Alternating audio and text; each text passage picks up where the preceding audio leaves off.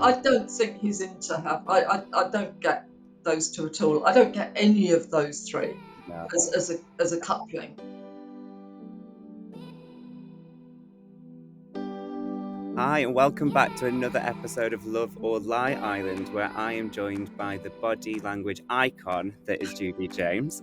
I love icon. Where we take a look at this year's Islanders and decide if they're telling us one thing, but their body language is saying something else. This week has probably been the biggest roller coaster of a week I can remember in Love Island. We've had reunions, we've had breakups, we've had everything that you could possibly want from Love Island. What have you made of the week, Judi? I mean, it was, I'm going to say, good drama as a viewer. Yeah. I think it was probably painful drama for some of them in there, and I can understand why some people have been genuinely upset, because it was some of our favourite characters that I think ended up devastated. And I think for the viewer, though, what happened after that, all of the recoupling, I think people that were sort of, oh, I feel so sorry for Millie and I feel so sorry for Kat, it's almost like, no, they're going to take them back, So I think, if anything, it's now the fans and the viewers that are going to need therapy after what they're seeing on screen there. I think people are almost yelling at the screen, don't do it. But I am happy to explain why it's happening. So there we go. Fantastic. Okay, well, I mean, for me, I think of the many shocks this week, the biggest kind of jaw-dropping moment had to be between Chloe and Toby, which I really didn't see coming. Let's take a look at the moment that Toby got tunnel vision. Sorry. Yeah, say it again. Sorry. One more time. Sorry. Thank you. I need a cuddle or something. Come on. You gotta come to me. Oh, little baby. And obviously, kind of a bit of context around that. I think in the past 2 weeks alone, Toby's head's turned 3 times. I mean, I really can't keep count. But no, it's been a lot. But hey, I'm actually quite happy for Chloe and Toby in a way. But this was for me, it looked very childlike flirting. It was very much kind of playground behaviour, which I guess we've come to expect from Chloe and Toby, actually. But what did you kind of make of their week and their reconciliation? Yeah, you won't be happy about them when you've heard my analysis. I knew it. Toby went in there looking for love, but I don't think he was looking for the kind of love that we usually expect the guys to be looking for. And I don't mean that in a seedy way at all. But I think with Chloe, he's now managed to manufacture his ideal. And that actually is more maternal than anything else. He's managed to create, he was always advertising and trading on his irresponsible character, wasn't he? It's like, I've never been in a relationship before, I don't know what I'm doing, I can't help it, I fancy her. And I think he always saw that's part of his charm, but it was clearly very toxic for him in Love Island, because there's women viewers sitting out thinking, no, we're not going to vote for you. So what he needed was somebody that would actually validate that side of him, and he didn't get it the first time with Chloe. It was more of a grown-up-ish relationship. Yeah. But now he's kind of, and I won't say been around the block, that's not right, but he's been out with it, and she can see that this is unacceptable behaviour. So she went through this whole act, I'm going to make him graph. No, she didn't. She wanted to take him back. And the only way that she could do it was to pander exactly to this pseudo-infantile, irresponsible, lovable Toby that he has now created. And if you saw her there was a lot of play fighting. She actually calls him, oh, baby, and she calls him her little boy and hugs him when he does. It's like smiling when a child burps. I mean, what did he do? He kind of managed to regurgitate the word sorry without any emotional context whatsoever. And she's rewarding him as though it's a little child that's just said its first words. So what she's done in doing that, interestingly, it's paid off for both of them, because it now makes Toby acceptable. I think people will be thinking, yeah, he's just a big kid, really. And it's put her into context as well. And I think they could almost win on the back of this. I think there's something that is kind of quite heartwarming about them this time round. There is a definite, and it's like you say, it's really interesting. I think how she did pick up on that infantile thing. Like, he didn't necessarily have to be like, before we had this quite adult relationship, and actually I'm looking for a kind of mother figure. Like, he didn't have to spell it out, but she's picked up on that, and that's just kind of naturally how this is formed, I thought. But she had to, you see, she had to for her own pride, because if she wants to be a liberated woman in there, she couldn't take him back. So the only way that she could take him back and still retain any shred of dignity was to go through that whole charade of, oh, he's really my little baby, you can't help it. It helped both of their egos. And did you notice the minute she became like that, he got really cocky, didn't he? He was like, oh, you'll have to come and give me a hug then. And she laughed at that. So he's now got this wonderful naughty child persona where, he gets unconditional love from his pseudo mummy in there. I think he needs to understand that doesn't give him, a card to go around and carry on flirting. She has allowed him, having said that, because he's done it. She's taken him back. And as far as he's concerned, that means that he can kind of now do what he wants, because he's got unconditional love from her and she gets what he's like, that he can't help it. I noticed that when he goes into the hut to do it, he's becoming a huge performer now, isn't he? We're not seeing that naive Toby anymore. We've got somebody that, I'm wearing blinkers. How do you know horses wear blinkers? I didn't know you were that sensible. There is this other big performer and smarter version of Toby, but it will suit them. I think they can get through to the final on that dynamic. I think so too. I think there's. I'd quite like to see them in the final. I think, and I would definitely like to see the rest of the show. I think. Yeah. I don't believe in either of them. I mean, they're not convinced. I mean, at all. But they're entertaining, and I think at this stage to watch some genuine entertainment as opposed to like the toe curling that we get with Hugo, or the sort of watching the car crash with some of the other ones. I think this works for us as well. Well, we will get to those car crashes in a bit. But next up, I'm going to look at Kaz, who has had quite a whirlwind week, actually. Let's take a look at her relationship with Tyler and Matt.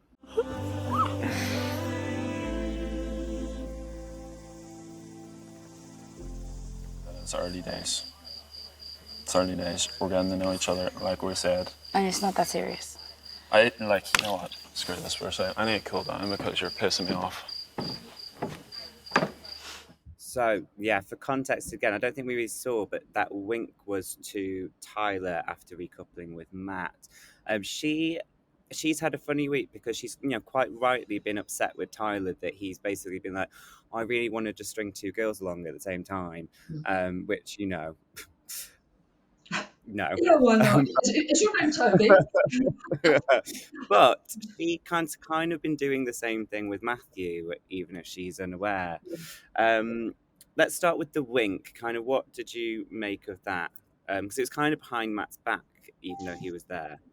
I'm gonna first, I'll say with my cynical hat on, and that is that I never trust the production companies in terms of where some of these things were aimed at. So hopefully it was aimed at him.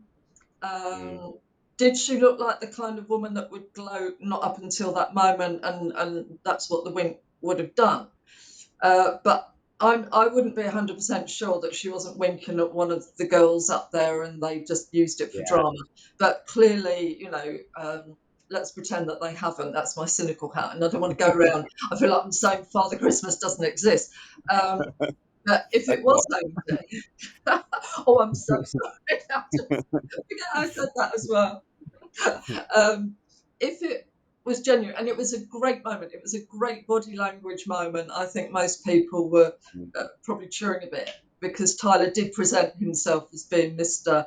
I did again. Any guy that says you can trust me, I wouldn't cheat. Just immediately cross them off the list. But it was sort of almost a glory moment. But since then, we can see, she's still. I still like him. You can feel her creaking back towards him, but also, as you said, treating the other guy in a kind of very cavalier way, in a way. I don't think he's into her. I don't get those two at all. I don't get any of those three No. as a coupling. But yeah, I think she's kind of using one against the other quite a lot. I don't think anybody really wants her to succumb to the charms of Tyler. He's given no reason at all, not even a pathetic "I'm just a little child" reason to If get anything, I think that. if anything, his behaviour has been worse since he got back in the villa than it was in Casa Amor, and kind of he's just been the lack of the entitlement, Yeah, really, that he can just yeah, kind of be like, oh well, I actually want you both, so is that yeah. okay? Absolutely. It's And I love the way that some of the best moments have been, and some of the other girls have done it as well. But Kaz did it when he's saying how he thinks, and they then translate it into normal language. He's well, this, and this, and trying to make it sound reasonable. And Kaz goes, "So what you're saying is you want me to wait and see if you know?" And I love the way that they're doing that with a real sort of cynical body language, but then they validate it by getting back with them again. Yeah, big message for everybody. If you take somebody back after that, you're letting them know that they can do it and get away with it. You're not teaching them that no, absolutely not. I don't care how many mouldy little melon breakfasts they make for you. That's not grafting or proving anything. I'm on a soapbox again. I'll get off. Sorry. No, stay there, stay there. There's also the confrontation with Matthew, actually, which I thought was really interesting because what he was presenting was a very fair enough argument. I shouldn't be hearing this from Tyler. This should be a conversation we're having. And immediately her back was up, and it was very much the armor was on. And actually, Kaz is a reasonable person, and I felt like she probably can see his side, but was never going to show that. Yeah, it's they've got to a very strange stage in the competition now where I think a lot of them are getting very confused, and maybe there's this survival mode that if I'm not paired off with somebody, or I'll be letting my own followers down if I don't look as though I'm very desirable, etc. But I found that very surprising from Kaz, because I think we all like Kaz, and she's almost the one that a lot of people identify with in there. And then the fact that she, maybe like a lot of them, didn't see the Casa Amor people as real people with feelings. I think they've almost seen them as pawns in the game. The guys have done the same thing. They're just bringing it. Oh, I brought this one in with me. Oh, no, actually, I fancy you. And no real feelings for them. I think they see them as probably, in a way, they're latecomers to the show. If it was another reality show, they would have been invaders that were coming in. And there's an undercurrent of that we don't need to include them because we're kind of the original cast. But I was surprised to see the lack of empathy maybe from Kaz. I think she's probably got too many plates spinning at the moment. And she does, and I think there's been a real shift in Kaz. We've seen she's had quite a few kind of confrontations this week, and she's been very eloquent in all of them. I've actually found it really impressive. But kind of having that facade, and then we have seen her then go to the girls and actually break down.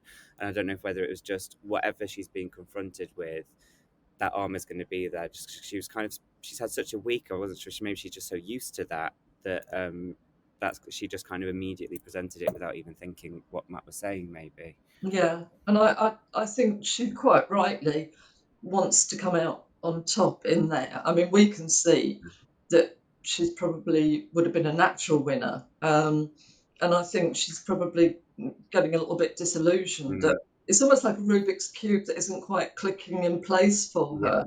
And at the moment, everybody else is, in a sham way, clicking into some kind of a place and pretending to be loved up. And she's probably watching the kind of the moral compass, in a way, go lower and lower, that women that she was friendly with, the friendly warrior, they're all succumbing and being very weak in the way that they're taking their guys back or putting up with negative behaviours. And I think that's left her, in a way, slightly isolated and not quite sure how to handle. You've got this very strong peer pressure in there, Adam, which is that even if you're holding out and thinking, no, this is behaviour that I won't tolerate. If the rest of them are, it's like they're going away without you, and that's where the plot will feel as though it's moving away without her. So maybe I've got to be more forgiving, and at the same time maybe a little bit harder with it. I think she's very confused at the moment. I hope she comes out with a lot of the real Kaz still there, because I'm not enjoying watching her particularly this week, apart from that wink, and I hope it was aimed at him. Not a cameraman. No, I mean, that would be quite the twist. But no, I do adore Kaz. I hope she does kind of come back from this. Next up, we're going to talk about your absolute favourite Islander, Hugo. Your comment in Casa when you said you're happy you can finally stop grafting, it makes me feel like this big, because I'm like... Really? I'm like... And you're saying that now? Like, I want to be... Let's just continue in ourselves. Let's stop putting pressure on it, and I feel like we'll be back to normal. Yeah. I don't know, I think we can have a lot of fun. Let's just go fun. I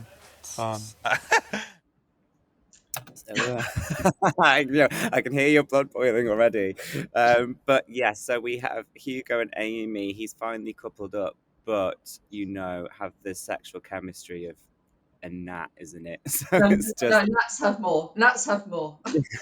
But it's just just the kind of he just presents this I just don't really care, doesn't it? And and then we saw her there kind of say to, these are my concerns, and his immediate response was a shock, and kind of turned it on her and was very much, oh, so now you're saying this, and yeah.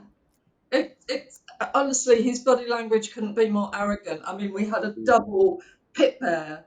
He loves the pit bear, doesn't he? Oh my God, he loves the pit bear, and lying back so that we can all see his body to camera, but not turning even towards her, giving her an ounce of interest or attention.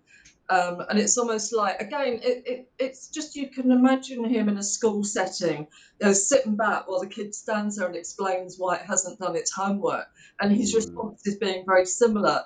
Oh, now you say that, now you say that your dog chewed the pad. It's not the right behaviour, and I'm sure, and I have to say this, I'm sure he's a lovely guy, but he's not coming across well. He's gone from the one that nobody fancied to the one that's beginning to look as though he's got his pick, and it's turned in a very bad direction. And you can also see he's so affected by everybody else in there. He so wants to be everybody else in there. He even came up with that classic line when she said how she felt. Really, he picked that one up from Chloe and everybody else. I wonder he didn't hang on to it like they do. I mean, they can make one word really last about 10 minutes, so we're lucky he got to. Oh, he definitely can. But this is him trying to be somebody else, and I don't like that. You can't not say that was arrogant body language. I can't be kind to him, and I think he let her down really badly. He sounded very much like in control, in authority, and she's done nothing but really flatter him since she's been in there. I mean, we even saw that bedroom scene, didn't we? My eyes didn't want to dwell on it to identify the shapes under the duvet, but they weren't just laying there. So she does. I think she deserves much better than that way of being dumped. Yeah, I mean, that was kind of, because it's kind of his body language was saying that it's over, but then he was actually saying, let's try it, let's keep going, but take pressure off. But he looked like he'd given up already, didn't he? So absolutely. I mean, that was the point. Yeah, that was just cold crust that he was giving her there. Yeah. And I think as well, he must be aware of the fact that they've got the voting going on for the favourite and least favourite couples and things like that. And also, I don't know, but I would imagine he's got to be pretty aware of the producers as well. He's not coming up with the goods. And he actually said, I'm the one that is always saying for all these shows, they're lying in there, they don't mean their emotions, they're acting it out, which is fine. But that's the kind of ritual that is Love Island. Suddenly we've got a guy that's going, no, I can't pretend. No, I can't pretend to like her. And I'm actually thinking, pretend, earn your money, just pretend. You've only got a few more weeks to go. So it is a ritual. I don't believe most of the relationships, but when somebody so obviously opts out like that, I think you're not doing your job in there, because everybody knows that you're supposed to join in. I wonder what he's waiting for outside, whether he wants to be on, I don't know, Made in Chelsea. He's got something else in his mind, but no, it's not working on that show, I'm afraid. Well, he faces the chop tonight, so he might be outside sooner than he thought he was, I think. But one couple who have had a real journey just this week alone, but I know we don't believe in love on Love or Love Island, but I think if ever I saw a connection on Love Island, Faye and Teddy are really. Oh, I thought you were going to say I Jake. think they could be Okay, it. all right, phew. Okay, I can see it already. Okay, let's take a look at this moment from last night. I came here to find like a genuine connection with someone. I might need to leave this conversation right now. I don't know if I can do this. And I know that I have found that with you, and I wouldn't have wanted to do this journey with anyone else. Yeah. Right. So, I mean, she's still not, classic Faye. Like, she's still definitely got a bit of her guard up. But I think from the Faye that we've seen throughout this whole series to now, with the way she was kind of even framed around Teddy, compared to how we've seen her before, I do think there's definitely a huge progression there. What did you make of Faye? You don't want to hear it, do you? I know I don't. Listen, I love Faye. Faye is probably one of my favourite characters in there. I love watching. I think she brings good drama, etc. I also like Teddy. I think he does amazingly wonderful body language. I mean, he doesn't put a foot wrong. I mean, his smile was so congruent. He looked reflective. He was stroking a leg at the same time. I can't fault that guy at all. I think he looks like kind of ideal boyfriend material. I just say, when she was saying all of that to him, normally if you've got sort of genuine worries, you kind of say it and look at the person's face at the same time, because you want to see their reaction.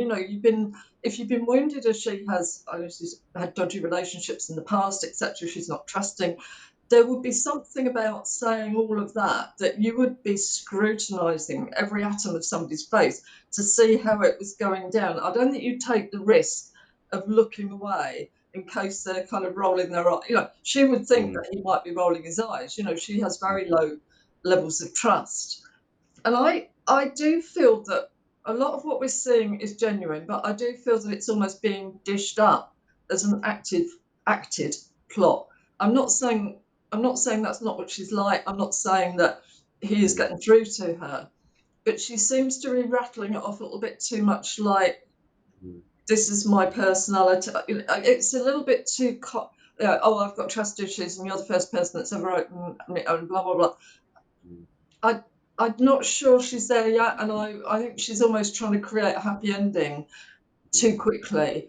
And I want to see that happen slower and more gradual, and I want to see her learning gradually. That transition from not trusting people to suddenly completely trusting somebody, it's a bit speedy for me. But then this is Love Island. There we go.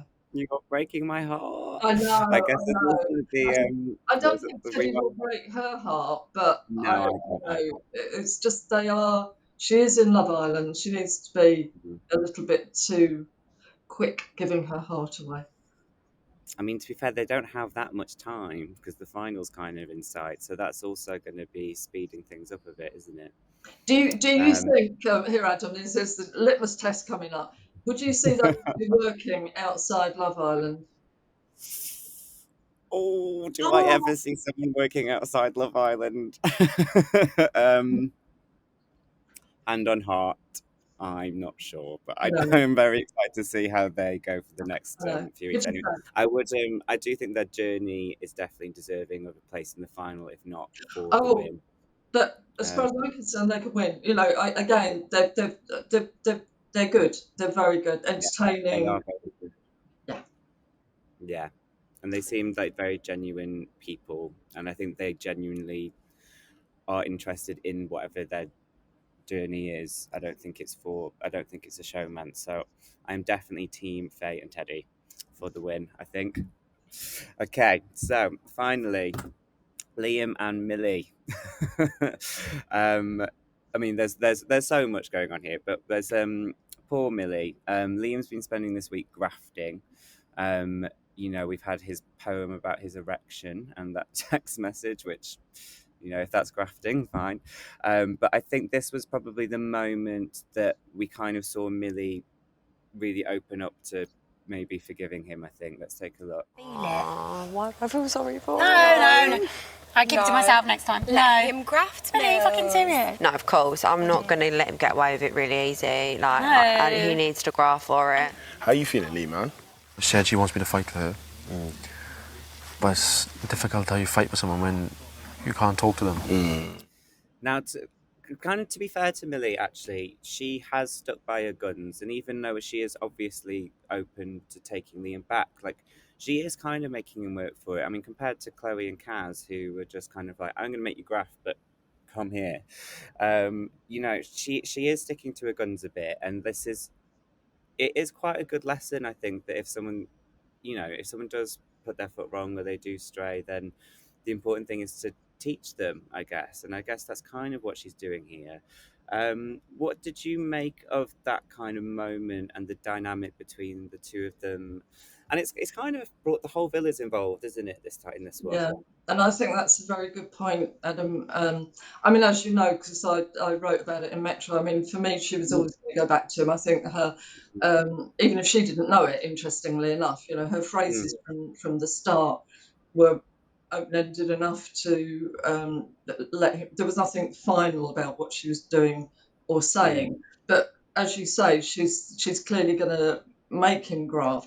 And I have to say, there will be a slight cut-off point as well. It'd be interesting to see how much she can do that to him before he begins to turn slightly and maybe chat to one of the other girls, or I'm fed up with this, that's where you get this kind of love on elastic thing, which is at the moment she calls all the shots and he's doing everything to get her back, but she wants him almost as much as he wants her. So that can turn quite badly. But you're right about, again, it's peer pressure, and there was another moment as well when all the guys were literally hugging him, it looked like somebody close to him had died, though he looked as though he was in mourning.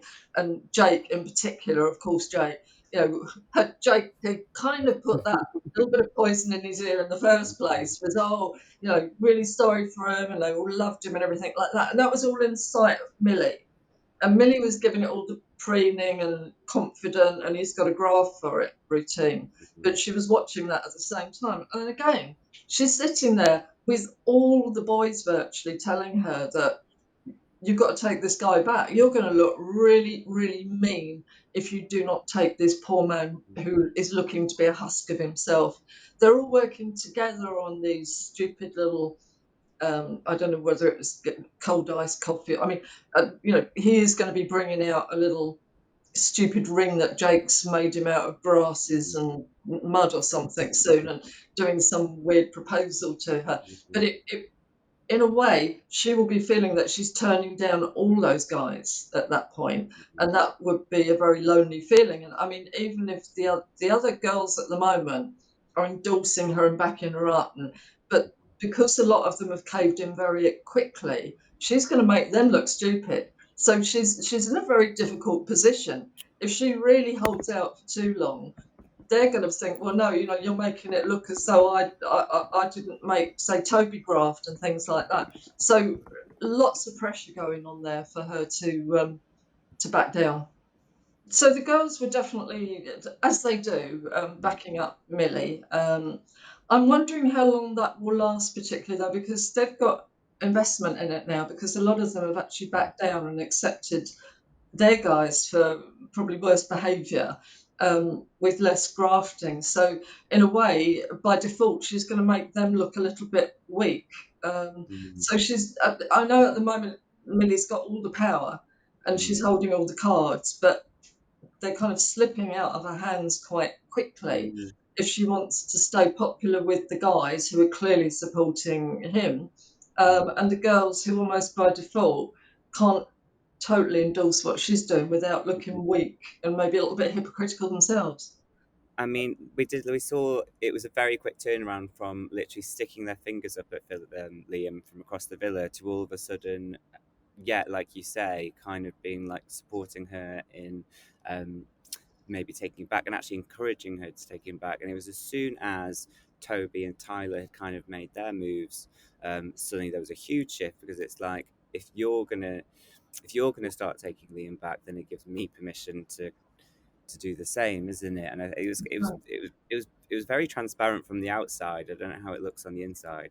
Probably not at all. I mean, I think they're, in a way, they're going through rituals that they've gone through all the way, which is one of them goes down or gets upset, they all crowd in and have a great hug. But the plots are a lot richer now, and there's a lot more invested in it. And there will be people in that hug thinking, oh, hang on a minute, how am I going to get out of this one and save face when I now want to take back that guy that has, well, cheated, not exactly, but without looking really stupid. I want to be like Millie. I want to look strong, but that's not going to. And you could tell and I think romantic people, obviously, like us, clearly, were a bit of an when they recoupled. And yeah, I was glad logically that she was still, well, that's not the end to the story, but I think we're all going to get a bit fed up with it in the end if she keeps on. And the problem that anybody's got in this situation is you no longer look like the same person to the guy or the one that's been behaving badly, because right up until he came back from Casa Amor, he was getting these adoring, trusting, loving looks from her, and suddenly she's turned into somebody that is giving him unpleasant, judgmental looks. And how long will he want that for? She will never be able to go back to where they were before, because things get broken. You can forgive, but you can't forget. I know that's very much cliche, but it would be very easy for Liam's head to be turned by another woman who was giving him all of that flattering, you're such a wonderful guy, you're a good guy. Again, it's what we spoke about last week. It's that ego protection. You want to feel that you are that good guy. And Toby's found that, because now he's a good kid. He's a lovely child. But Liam's got to do it looking like a 32-year-old man with 2 kids. He's not going to get with he doesn't look like a kid. So he's never quite going to get that back, whereas he could get it from somebody else. I mean, yeah, I could see that happening. I don't know. I'm scared. I'm very scared for Millie, but I have to say I'm very impressed by her actually this week. I think she's been really quite superb, considering the peer pressure that's going on around her, not just from Liam, but the girls and the boys. And I think she's been really impressive this week, actually. And I think whoever she's with is definitely a contender for the title to win. I think she would be somebody that you could, with a clear conscience, vote for Millie, because she did hopefully stand out. Not with Liam for me, though, I have to say. but I do think she's proved a very important lesson for all of us. I think she's been very, very impressive. Right, well, that's it for this week. But who knows what will be next week. But yeah, join us again next Thursday for another episode of Love or Lie Island on metro.co.uk.